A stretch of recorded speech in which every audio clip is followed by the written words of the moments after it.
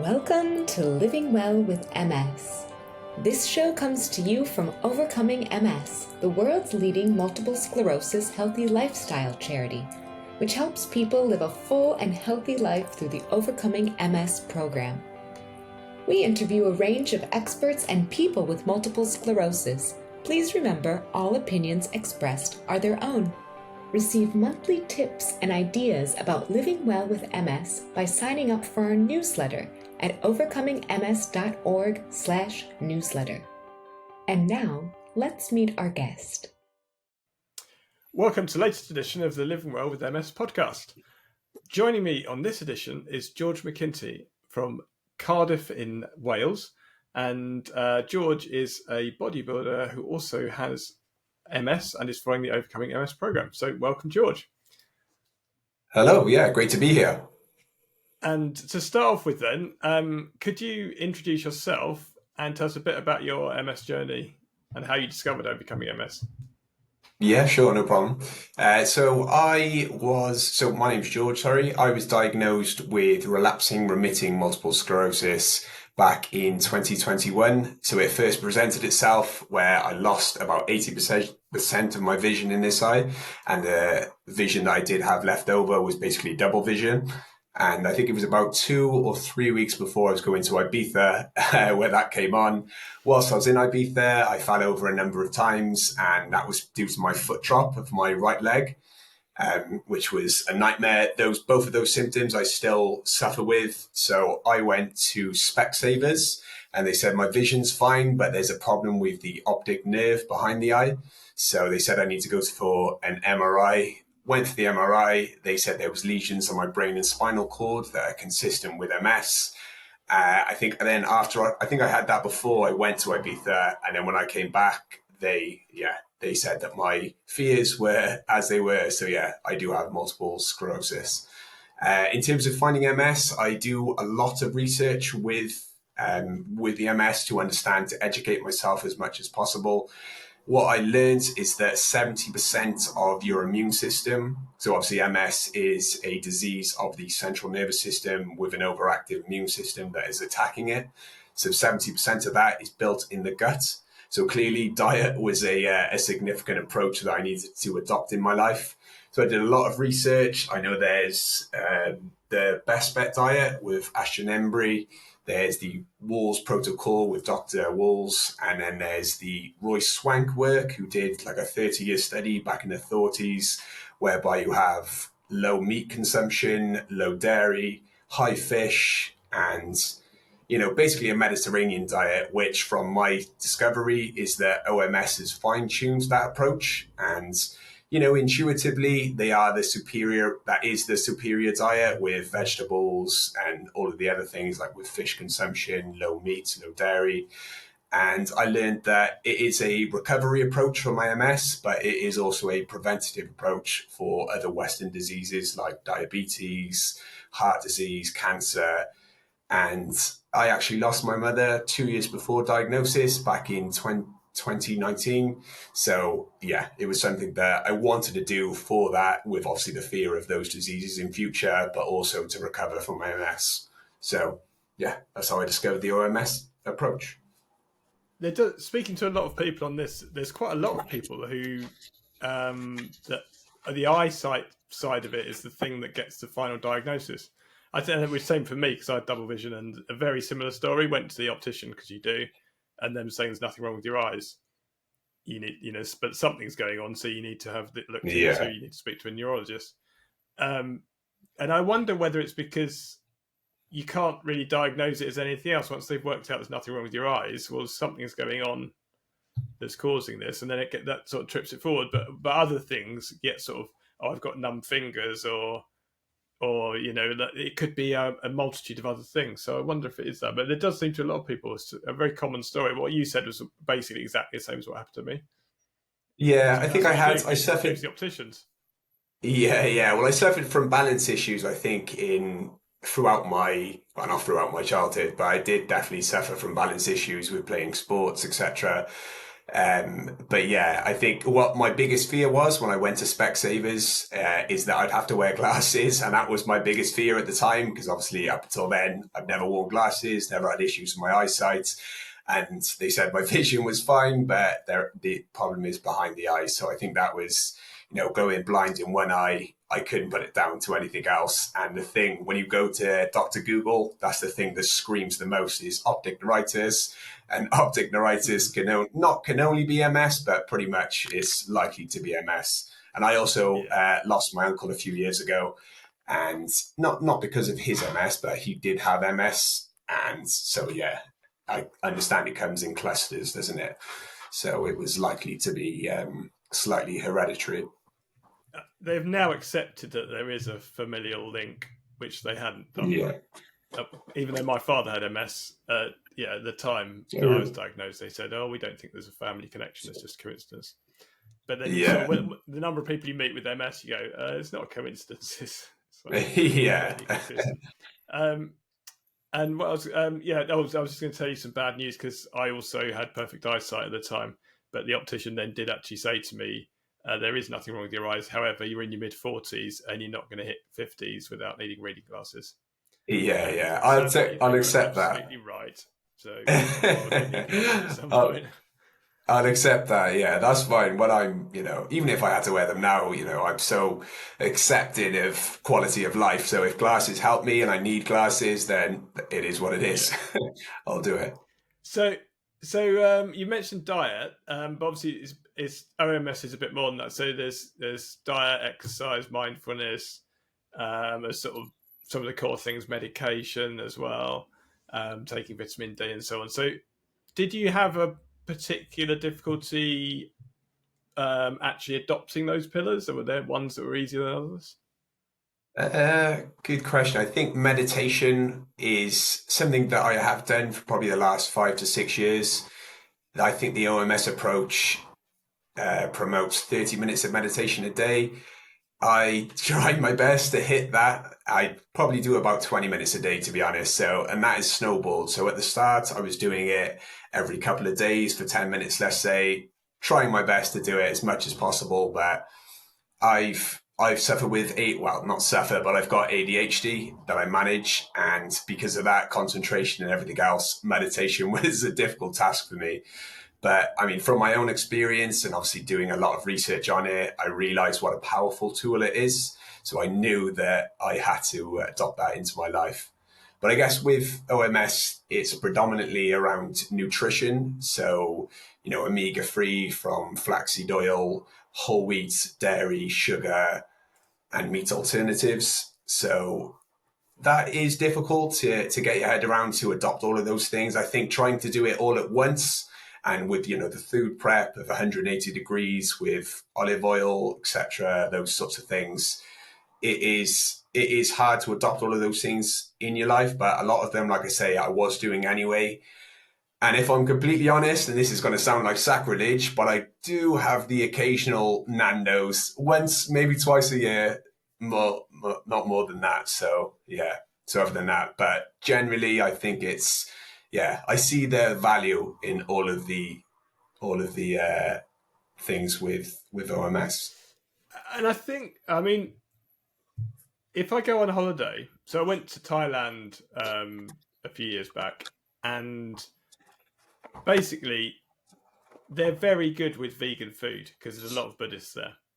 So vegan food, no problem at all. But they cook most things with coconut, and coconut's one of the things we shouldn't have.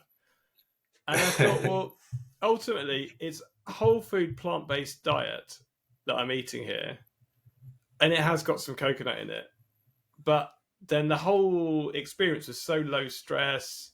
I was chilled out. I wasn't worried. I just thought, I can't really be worrying about coconut. I just got to keep my diet. Because I think if I'm eating a whole food plant-based diet and there's a bit of coconut in it, there's not going to be a whole load of saturated fat. So I think you just got to not stress too much about some things as well. I mean, you try and stick with the guidelines as much as you can, and then because I remember I was accidentally given cheese in a pizza restaurant. It was early days of doing this, and they said they were giving me vegan cheese, which I didn't realize at the time was just basically cardboard. and now I just eat veg and salt Yeah, and it's not pickles great. because it's not really cheese. But they give I thought it tastes amazing, and they're like, oh shit, that is actually cheese. And they thought I was probably going to die. So it's we don't have an allergy. We're not going to collapse immediately and need No, EpiPens and things. just need to limit it. Yeah, just yeah, as much as possible, follow the guidance. Absolutely, I think. But I Yeah, think you're right. don't beat yourself up if there's something you didn't follow perfectly. Just do. You're right, though. I think that's the pressure I put on myself early on is trying to adopt everything. Otherwise, it's going to be disastrous. I think I remember having a wrap, which also had cheese in it, funnily enough, and not finding out till I, well, not finished it, but halfway through I realised, and I was so gutted that day. I remember thinking I'd made such a disastrous thing. But Yeah. ultimately, yeah, I think it's doing as best as you can, really, and trying to limit, the things that are going to be bad for your disease progression. Yeah. I think what we're doing is making a huge difference to what most people are doing. Yeah, So the next definitely. thing is a bit about MS and women, which is a bit unusual because we're both men, but 2/3 of people diagnosed with MS, and I think it's at least 2/3 are women. So as regards to that, how have you found it as someone who's a man who's been diagnosed with MS? Did it make a difference? Yeah, well, from what I understand from the research I've done, it's more progressive with men, which is a very scary thought. And I know that, yeah, like you say, 2/3 that are diagnosed are women, but I do, from my own understanding and also what I've read, is the fact that I think a lot of men, especially if they've got the same MS that I've got with relapsing remitting, whereby you have a relapse and then you go into remission, so it goes away or it gets a lot better. For some people, completely cures. So I think that you know, a lot of men that will have a temporary issue or they'll lose function temporarily and then get better, they think, there's no need to go to the doctors about it. So I think a lot more people, especially a lot more men, have it, but don't disclose that to the doctors, don't get it resolved. And ultimately, that's why there's, or it seems to suggest that there's more women than men with it. Like my OMS group, for instance, I think there's about 15 to 20 people in it, and they're all women, all a bit older than me at different stages of life, which it is difficult because I don't know how relatable I am to them, to be honest. And, you know, having MS as a man in the early years, it really wreaked havoc on my confidence. So, when your mobility is impacted, it can be quite horrible, being young in those sorts of environments like festivals or nights out, etc. And I mean, there's a lot of pressure on young men or on young people, but especially men at the moment. And I'm not spared from that. And the added pressure of managing a progressive condition that is ultimately incurable, it does wreak havoc on your confidence. And I mean, sex, is one of And I those think pressures. Go on. there's a bit of an expectation, which is probably slightly sexist, that we are men in a traditional It's man true. role, It's and true. so there's things that in our household, which I traditionally have done. I mean, I've been married for 25 years, so it I was doing the man roles, the DIY roles, the physical roles in our relationship, and now some of those, or a lot of those, my wife is doing because my balance Yeah. isn't up to it, or uh, and so it's accepting that. That's quite a hard thing, I think, actually, when you sort of having to fit. I've always been like really active and fit, and so I was like, if it was physical, I was doing it, and now Yeah. Yeah. I'm either getting like my son to do it or my wife to do it and things, because it's there's physical things that are harder for me to do, and that is a psychological change, I think, because you've got to accept that you're not that alpha male anymore. No. And it is that acceptance exactly, which is very difficult to coordinate, to be honest. I think it's an ongoing battle. I think I'm better now than what I was, and I think you get there through a bit more self-compassion, or at least in my own experience, I think being compassionate with myself that, okay, those pressures do exist, but ultimately I've got to take care of myself because I do have this condition, and it can be debilitating. So it's yeah, it's an ongoing struggle, but it is very You've individual as well. mentioned so you've got relapse remitting MS, but some of your symptoms continue. So, just a bit about, I mean, what are they, and how do you manage to overcome problems that those symptoms cause? Yeah, well, I got the optic neuritis, like I mentioned. That was my initial symptom. I don't suffer from fatigue, thankfully. I think that's one of the most debilitating symptoms that people have. I do put that down to my lifestyle. So in terms of, everything I do with where MS is concerned and the bodybuilding side, so nutrition, lifestyle, exercise. Obviously there's some forgetfulness as well. So I've limited my alcohol consumption. So very fun time for me at the moment, learning to sort of adapt to that type of thing.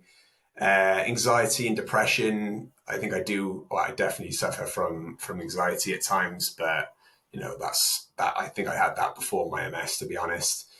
I do have mild tremors. So I do have, that's usually when I'm training quite intensely in the gym.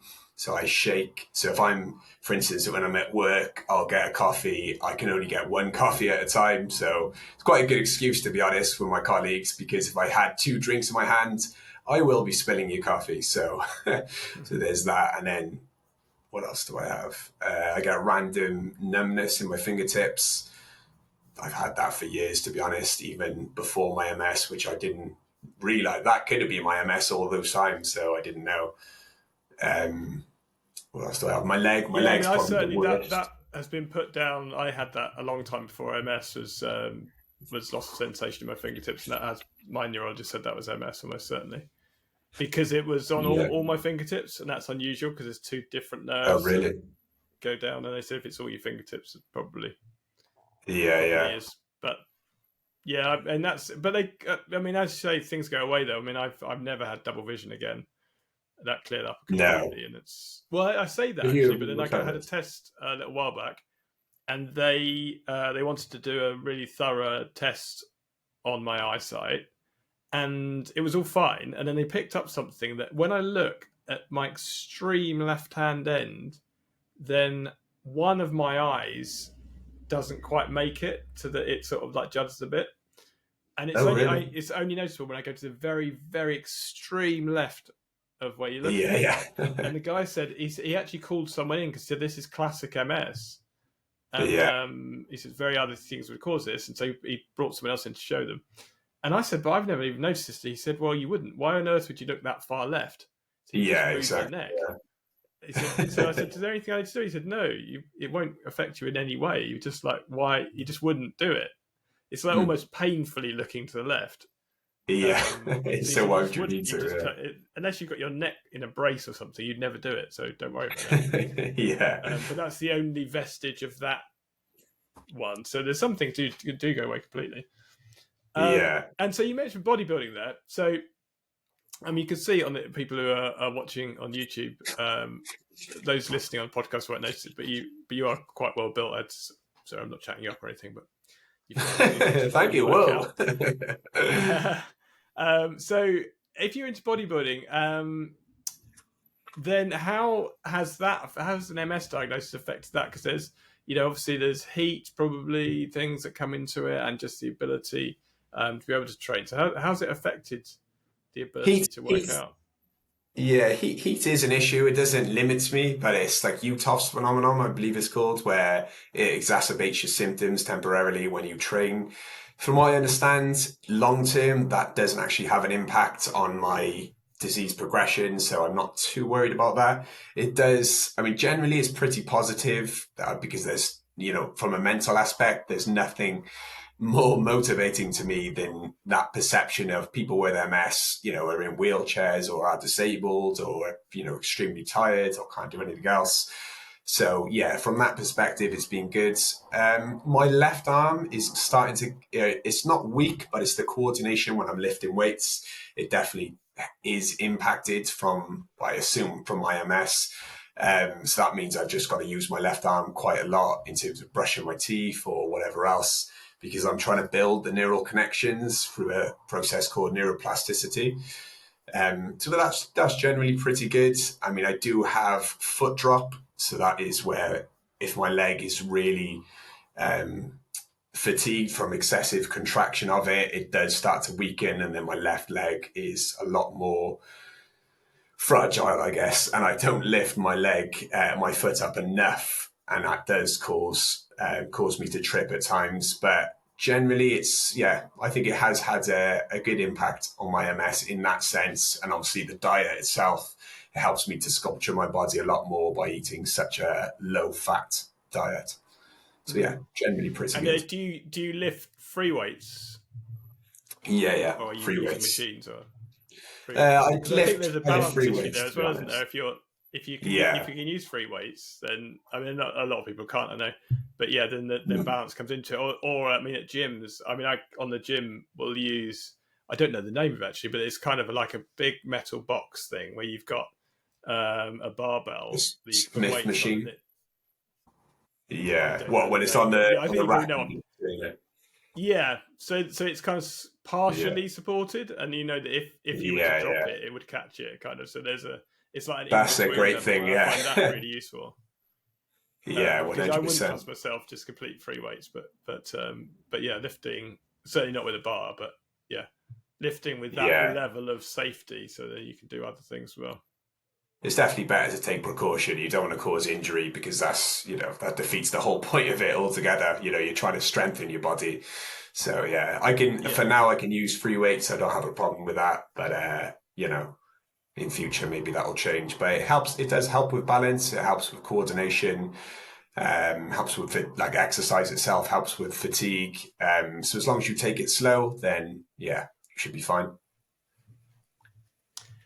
and you've completed recently a thing called the 300 challenge, Yeah. which was in support of overcoming MS.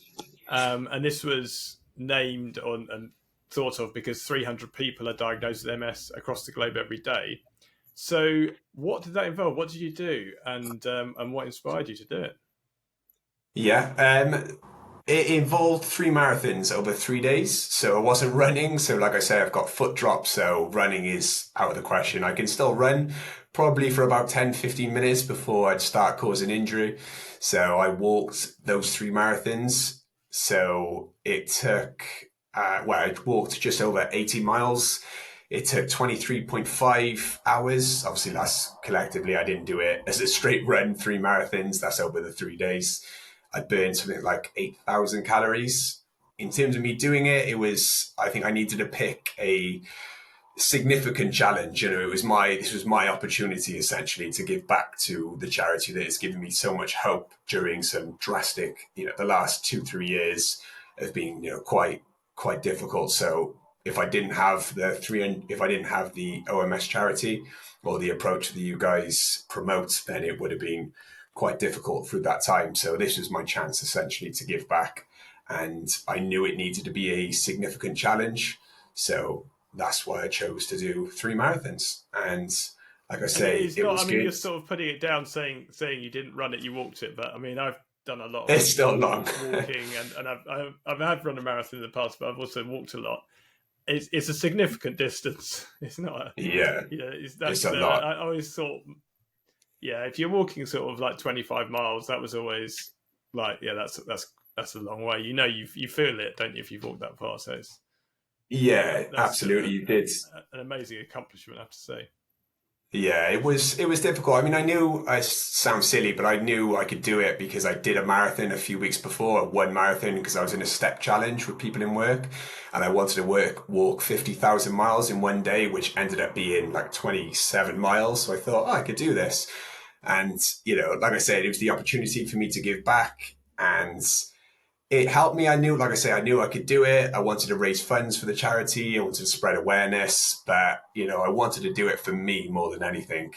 because I've been silent with the MS for 3 years now. So it was my chance to give back, basically, which was good. It was positive. I raised just under And, two and, grand.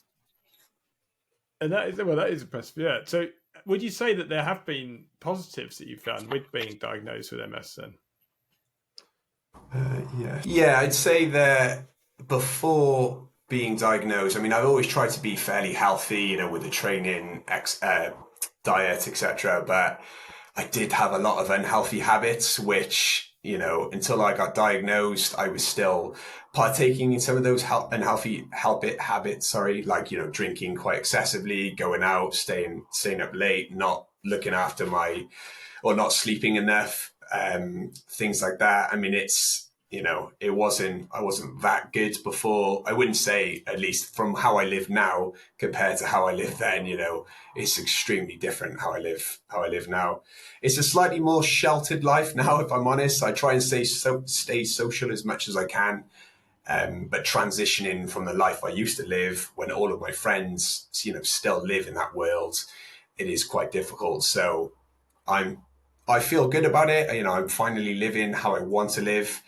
And ultimately, the genie's out the bottle. So if I do try to partake in what I used to do in terms of going out, like I say, binge drinking, etc., it's just not as fun as what it was. So I feel the biggest positive is understanding. It's not to be cheesy, but I've now recognized my authentic self in that I'm quite introverted and I'm just very good at playing an extrovert. So it's, the whole experience has humbled me and made me a much more compassionate person. I mean, I would have loved to have had 10 to 15 more years of ignorance, but like my mum said in her final letter to me, it wasn't meant to be. So, I wouldn't trade in the lessons I've learned through this adversity, because I think this sort of thing defines us. It gives you appreciation for life. And I think that if I hadn't had this, I wouldn't have known what I'm capable of. And I don't think I would want a different path than the desire to get better. And what do you think is your biggest strength that has helped you along that path? Sorry. My biggest strength, I would say, is my perception of it. I think your perception is everything. So although, I can't walk like I used to, there's a lot of things I can't do like I used to, but I think it is all perception. If you tell yourself it's the worst thing that's ever happened to you, or you can't do something, then you're absolutely right. So I think you need to change your mindset, and that's what's absolutely helped me, and it's proven to myself how capable I am, that I could do this. I mean, I always knew I was strong, but I wouldn't have known if I didn't have the MS. I wouldn't have known just how much or how capable I actually am. And it's just showed me how resilient I am, which I think I owe down to my family bonds. So my mum, like I say, she had unshakable courage during her adversity. My dad, Bobalicious, we call him, he's helped me my whole life. My brother and sister, they're on the same level as me, so they keep me sane, to be honest. So, through that and that positivity, through every aspect, that's, everything I faced so far with MS has helped me through it. And, being able to stay calm in stressful situations like a MS relapse, which thankfully so far, touch words, I've actually only had one, which was August 2021. So I'm literally coming up to 3 years now, relapse free. So it's that unshakable positivity has helped me massively, more than anything. And obviously when I relapse, if and when it does come, I'll just accept my new norm again and again and face it with the same tools that I face it with today. And this is something we ask a lot of people on the podcast, that if you've got any tips for someone who's maybe recently diagnosed with MS, or they've just started on the Overcoming MS program, what tips would you give them as someone who's been doing it a little while now? I would say take one thing at a time, breathe, because it is overwhelming. Being diagnosed with this condition alone is, it can be devastating, but ultimately you've just got to make sure you don't get overwhelmed. I would say educate yourself on MS. and you'll quickly learn that the OMS approach is fine-tuned to look after your health. I think, acceptance will come and go, but I think that staying consistent with the diet, with the approach, with the exercise, it is good. I think be careful of what you read, because you can read 1,000 positive stories and it only takes one negative story to knock you off your kilter for that day or week or month. So yeah, I would say do your research and do one thing at a time. Like we said earlier, you don't need to be perfect with the approach. It does, it might sound quite limiting with the nutritional side, especially because, I never thought I would stop eating beef burgers and cheese and try things like oat milk or tofu. But in actual fact, there's a much wider range of plant-based foods and, those different approaches that I would have never tried if I didn't have MS and I didn't find the OMS approach. So just adopt one thing at a time, and you will soon see the value in it in the short term, but also in the long term. Okay, and with that, I'd like to thank you very much for joining us, George Mckinty. Thank you. Thank you for having me, Geoff. Thank you. Thank you for listening to this episode of Living Well with MS. Please check out this episode's show notes at overcomingms.org/podcast. You'll find useful links and bonus information there. Don't forget to subscribe to the podcast so you never miss an episode, and please rate and review the show to help others find us. This show is made possible by the Overcoming MS community. Our theme music is by Claire and Mab Dean. Our host is Jeff Alex. Our videos are edited by Lorna Greenwood, and I'm the producer, Regina Beach. Have questions or ideas to share? Email us at podcast@overcomingms.org. We'd love to hear from you. The Living Well with MS podcast is for private, non-commercial use and exists to educate and inspire our community of listeners. We do not offer medical advice. For medical advice, please contact your doctor or other licensed healthcare professional.